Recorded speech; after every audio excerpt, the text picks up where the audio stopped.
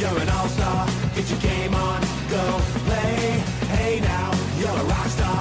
Get the show on, get paid. Dacă tot am decis să facem chestiostarul la premiile Romanian Music Awards de la Brașov, cel mai potrivit era să vorbim despre muzică. Așa că în prima instanță am fost curios să aflăm de la vedetele noastre care sunt vedetele lor preferate din afara granițelor țării. Apropo, vedeți că mai nou la modă e să nu vă placă de Lady Gaga.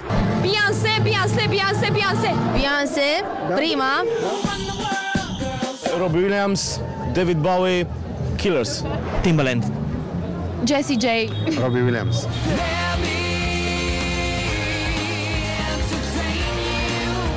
Roisin Murphy, Shania Twain, David Guetta. Rihanna îmi place foarte mult, Beyoncé, Sting.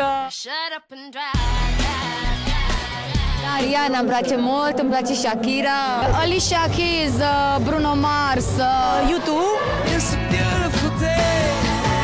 Eric Clapton, Sting și John Mayer. Eminem, Robbie Williams, Gwen Stefani și Adele mai nou.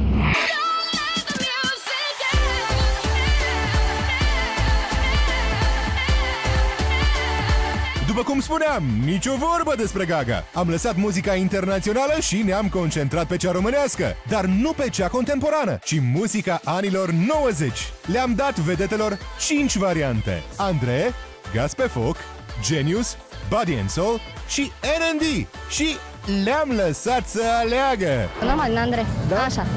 Nu neapărat că mi-e dor, sunt vremuri la care eu mă uit cu plăcere, dar nu aș mai reface niciodată. Cum a fost aia cu Moș Crăciun?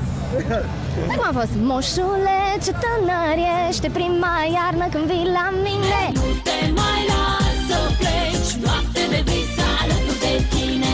Genius, pentru că aveau niște piese foarte, foarte drăguțe. Azi e cheful cel mai văzut, da, chiar nu am mai văzut de mult. Ciocolata e a mea și așa mai departe.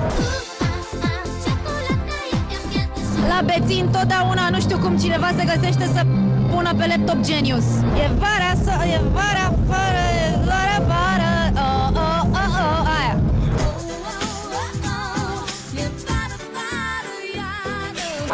Și Genius, Macho Macho Man, da.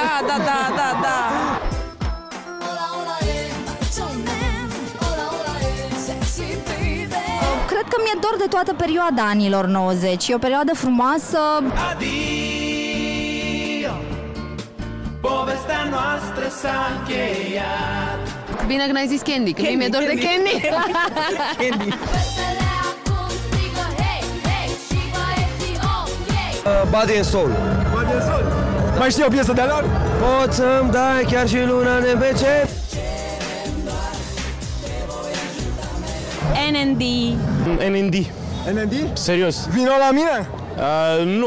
Nu, dar trupa, da.